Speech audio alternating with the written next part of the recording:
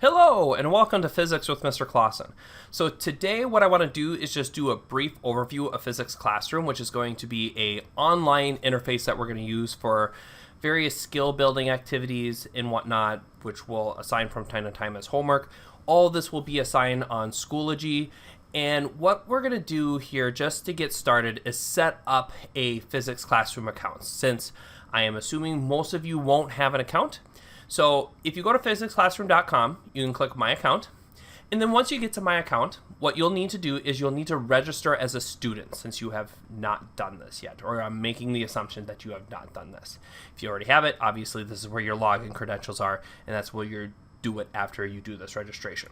So I'm going to have you register as a student. I will just simulate it here so that you can see how it's done. What you will do is you will go and click and fill in your Mountains Park Academy email or your school email. And so what we'll do here is I will just enter an email here that will get me signed up. You'll put in your first and full last name. You'll need to enter a course code, right? This will be assigned by your instructor. I have one for this particular course, which is my course. If you take this a different year or whatnot, it'll be a different number. This will be assigned to by your teacher either on the whiteboard in the classroom or on Schoology, or maybe even both. And then you'll need to create a password. And now what you'll do here, this is just unique. This is something you make.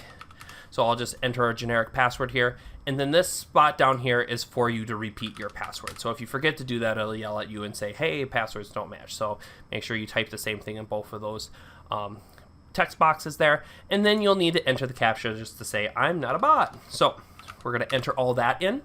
And then once all of this is in place, you can click register. And then what you should see is that, hey, you have successfully created an account. You are now in the running for the 22-23 school year. In subsequent years, this will be different.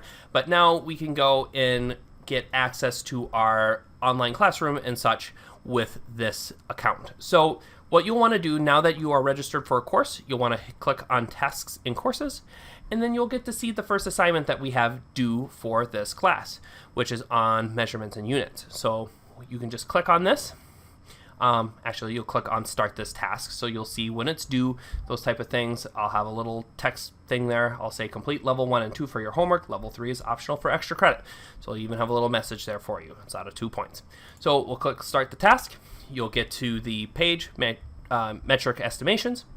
You can click the Launch the Concept Builder.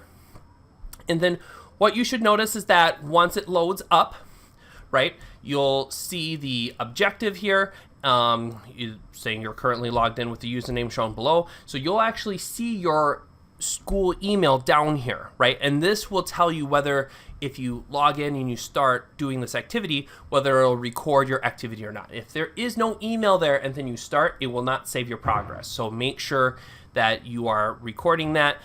There is an alternative link in the Schoology post that I made. So if you click on that, just make sure that you're logged into your account or you see that email there so that it is recording your progress, because I don't want you to do this and not get your credit. So we'll just start this just so you can get an idea of what's going on here. So there's apprentice level and master level. So as I mentioned in the instructions, those are the two I want you to do. But you can begin the activity. You'll do some basic estimation. So, let's look at this and I'm going, oh, I don't remember any of this. If you are feeling that way on any of these particular assignments, what I will have you do is you can click this Help Me icon here. This is really slick. It brings you to this separate tab, so you still have your other tab here. You can go back and forth.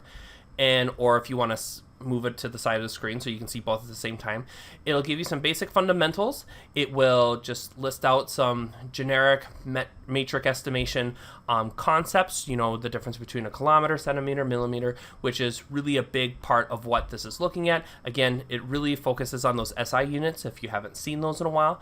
And there's just a lot of really relevant information here related to the activity. So these are really nice to keep on hand.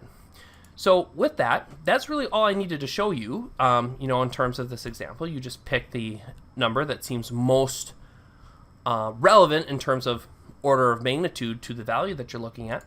You check answer, and then it'll give you credit for it. So with that said, I hope that this video gave you a quick basic introduction to classroom physics. And with that said, let's do some physics.